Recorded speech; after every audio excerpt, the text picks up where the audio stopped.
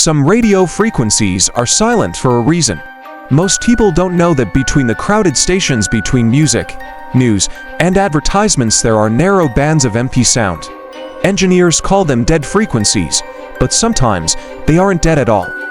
I discovered 108.4 FM by accident. It was a quiet night, the kind where the world feels asleep and even the air seems still.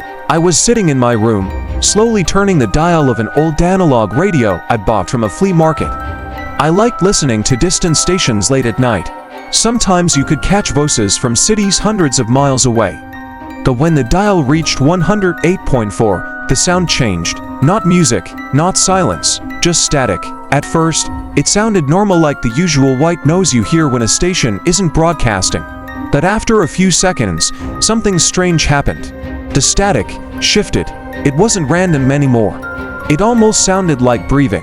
I leaned closer to the radio, then I heard it. A voice. It was faint, distorted, like someone speaking through gravel. Imran Qureshi, 3:42 a.m. Then the static returned. I frowned, assuming it was interference from another station. But something about the voice felt wrong. It didn't sound like a broadcast, it sounded personal. The next morning, while scrolling through the news, a headline froze me in place. Local man, Imran Qureshi, killed in early morning car crash, time of death, 3:42 a.m. I told myself it was coincidence, but that night, curiosity pulled me back to the radio. At exactly 17 a.m., the static on 108.4 came alive again. The same gravelly voice whispered from inside the nose, Sadia Malik. For 05 a.m., the words sent a chill down my spine. The next morning, the news reported that a woman named Sadia Malik had died suddenly in her apartment during the night. Time of death, for 05 a.m. By the third night, I was recording the broadcasts. Every night at 17 a.m., the frequency awakened. Every night, the voice spoke a name, followed by a time. And every morning, the news confirmed it. The deaths always happened exactly on schedule, but on the seventh night, something changed. The static was louder than usual, crackling like electricity. I adjusted the radio, the voice returned. But this time, it didn't speak a name. Instead, it said something else, listener. The static hissed around the words, stay tuned. A cold wave ran through my body. The voice knew someone was listening. My hand trembled as I reached for the dial, but I couldn't turn it off. It was like the static had a gravitational pull. The voice wasn't just a broadcast, it was a conversation, and I was the unwilling participant. Who are you? I whispered into the quiet of my room. The static hissed for a long moment. Then, the gravelly voice answered, colder and clearer than before. We are the ones who watch the endings. The words made no sense, but they terrified me more than any threat. The frequency wasn't predicting death, it was announcing it. It was a schedule. I spent the next day in a fog of paranoia. Every shadow seemed to watch me. Every quiet moment felt like the silence before a storm. I didn't turn on the radio that night. I couldn't. I unplugged it and shoved it into the back of my closet, burying it under old clothes. For a week, there was silence, no whispers from the static, no new obituaries that matched a spectral broadcast. I started to breathe again.